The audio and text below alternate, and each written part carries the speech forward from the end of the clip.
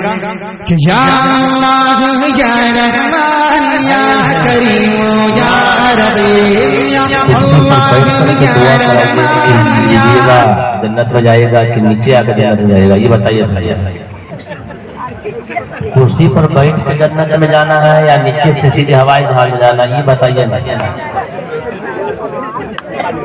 जा जा काहे लग कुछ छोड़ रहे आप लोग? हम तो भाई छोड़ने के लिए नहीं कहा आपसे, इतना कहा है कि जन्नत में जाना है तो कुर्सी पर होकर के जाना है कि नीचे भी आकर के जाना है। अच्छा, जो लोग बैठे हुए हैं उनको जो है ना वहीं पर से जाना लगता है। चलिए, आप लोग भी लगता है समाज से कटे फटे लोग हैं क्या? आप लोग थोड़ा सा नीचे हो जाइए तो अच्छा है। जिनको तकलीफ हो वो बैठे, और जिनको तकलीफ नहीं वो आ जाइए और करीब आइए। आप तो करीब आइए, और करीब आइए, और करीब आइए, खूब करीब आ जाइए। जिनको तकलीफ हो वो जो है बैठे रहे, और जिनको नहीं है जमीन पर हमारी जो पैदाइश है वो जमीन से लगी हुई है। हमें इसी जमीन से बड़ी मोहब्बत है, इसी जमीन के नीचे ही हमको जाना है। तो जमीन से मोहब्बत कीजिए, आ जाइए और करीब आ जाइए। आपके लिए बेहतरीन कालीन बिछाया गया है, सजाया गया है, रचाया गया है। आ जाइए, जो लोग जहाँ है जिधर है आ जाइए। एक खातून है जिसका नाम ताहिरा है, बीमार चल रही है, उसके लिए भी दुआ करनी है। मौलाना हजरत मौलाना फिदा हुसैन साहब की वालिदा की तबीयत खराब है, फालिज का असर है, उसके लिए भी दुआ करनी है। आप लोग खड़े खड़े दुआ लीजिएगा। जा वहीं बैठ गया, जा ये तो वो आपकी याद आ गया। रसूलुल्लाह सल्लल्लाहु अलैहि वसल्लम बयान कर का बैठ जाओ थे। हजरत अब्दुल्ला बिन मसूद या कौन साबिर जहाँ सुने वहीं बैठ गए। वो छुप कर रहिएगा तो दुआ नहीं होगी। आगे आइए, आगे आइए, आगे। अभी शादी नहीं ना हुई है, आगे आओ। बैठो, आगे आ जाओ। आप लोग पास आगे पीछे वाले को जगह हो जाएगी, आ जाइए। ये देखिए इन है। हम मौलाना हमसे कह रहे थे, मौलाना बहुत टेंशन में थे। मौलाना फिदा हुसैन साहब कासमी बहुत ज्यादा टेंशन में थे। और नादी में जलसा भी मौलाना बहुत टेंशन में आ गए थे कि जलसा बिखर गया, तो बिखरेगा। लाहौल गांव में जलसा और बिखर जाए किसी भी तरह थोड़े होगा। देखिए कम कैसे जुड़ करके बैठी है ना, बैठ जाइए। एक जुलेखा नाम की बहन है, उसकी भी तबीयत खराब है, उसके लिए भी दुआ करनी है। और हालात कितनी मजबूरियां पलकों,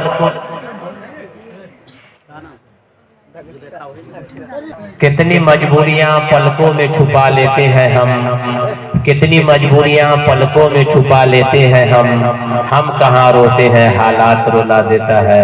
तो हालात के ऊपर भी आप लोग आमीन कहते चले, दुआ करते चले। मैंने हर एक के लिए दुआ करनी है। मैंने एक बात आपसे छुपा करके रखा था, रखे कि हम ऐसी जगह पे आपको छोड़ेंगे कि बार बार याद कीजिएगा। अब जन्नत में जाने के लिए सब आदमी नीचे बैठे, लेकिन जाना कैसे है वो रास्ता नहीं बताऊंगा।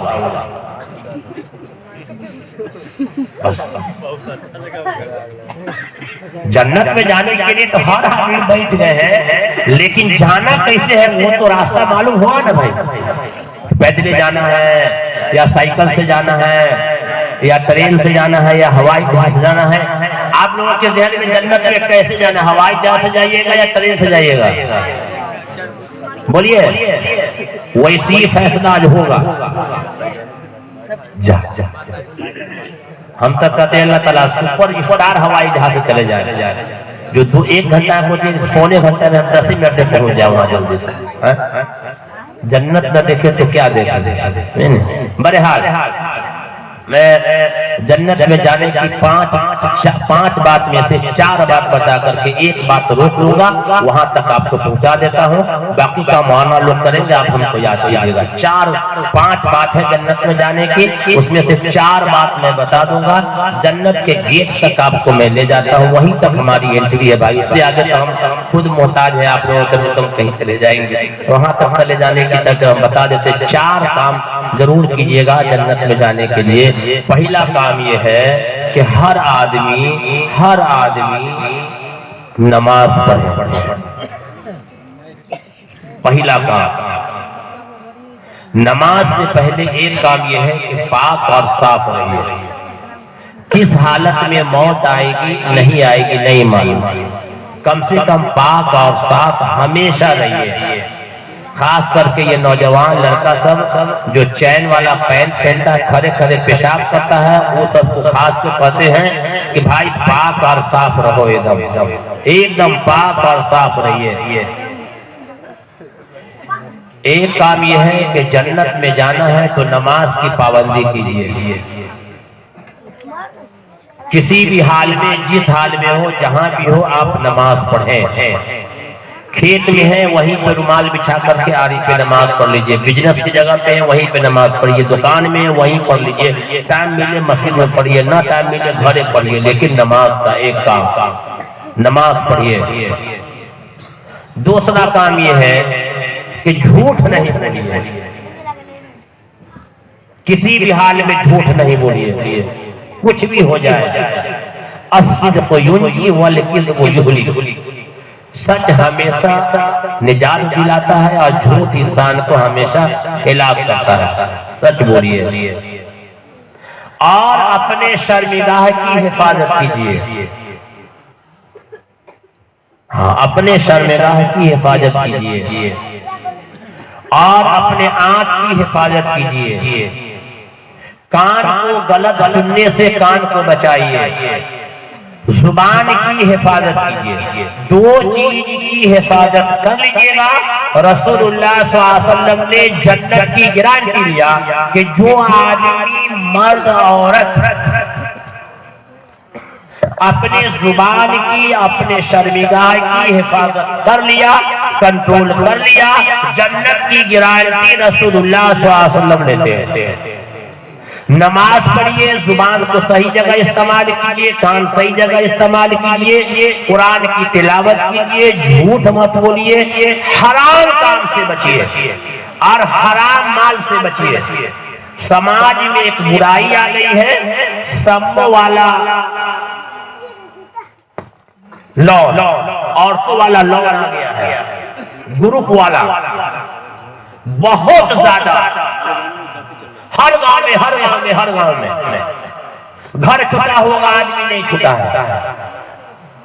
वो जो लोन है वो यहूदियों का एक बैंक है जिसको उसने कादियानी को दिया। कादियानी का एक बैंक है यूको बैंक। उसने कहा कैसे करना है नहीं करना है, तो उसने औरतों पर निषेध किया और वो हर औरत को देता है जो नहीं है किसी के पास उसको भी।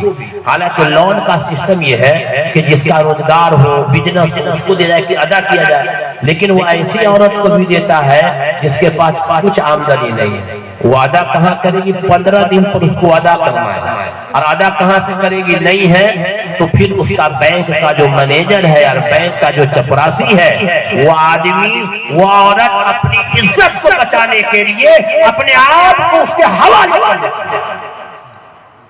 सीतामढ़ी में हुआ, हमारे गांव के बाद घर में, गांव में मेरे दुकान के पास 6 आदमी आया। कोई मुसहरी खोल रहा है, कोई मोटर खोल रहा है, कोई गैस जलता। भाई सम्मो वाला पैसा लिया था और ये मोबाइल बंद कर कर कहीं भागा हुआ है, सब खोल फाड़ कर लिया। मैं चैला लेकर दौड़ा, मारते मारते भूत भगा देगा तुम्हारा। भागता है कि नहीं? तुमको किसने कहा था घर खोलने के लिए? तो ये हराम है, और जब हराम का नहीं खाइएगा तो कितनों मोदी साहब दुआ करेगा जन्नत में नहीं जाइएगा। तो एक इससे बचिए, नमाज की पाबंदी करनी, मिलजुल करके रहिए और सबसे बोलचाल रखिए। भाई से अगर बोलचाल नहीं है तो उससे भी बोलचाल रखिए, हर एक से बोलचाल रखिए, लेकिन इंशाअल्लाह जन्नत तो मिलेगी। नमाज से, रोजा से, हज से, ज़कात से, अच्छे अच्छे नेक काम करने से अल्लाह ताला खुश होता है, नेकी में इजाफा होता है। फिर जो है अल्लाह ताला जब खुश होता है तो अल्लाह मग़फ़िरत फरमा देता है। अल्लाह बहाना ढूंढता है, कोई ना कोई बहाना अल्लाह को मिल जाए, बस अल्लाह अपने बंदों को बख्श देता है। इसलिए आज की ये मजलिस बहुत बाबरकत मजलिस आप लोगों ने सजाई है। बड़ी अच्छी अच्छी बातें उलमा हजरात ने, शोरा हजरात ने आपके सामने की है। उसके ताल्लुक से दुआ भी करनी है कि अल्लाह ताला आज के इस जलसे को पूरे आलम के लिए हिदायत का जरिया बना दे। उसके लिए नमाज में हम लोग कैसे बैठे वैसे बैठ जाइए, अगर तकलीफ न हो तो नमाज में हम लोग जैसे बैठते हैं वैसे बैठ जाइए। हमें नहीं आज तकलीफ नहीं है तो वैसे बैठिए, तो जिसको जैसे बैठना है वैसे बैठिए। और दुरूद शरीफ पढ़ लीजिए, जो नमाज में हमारा आप दुरूद शरीफ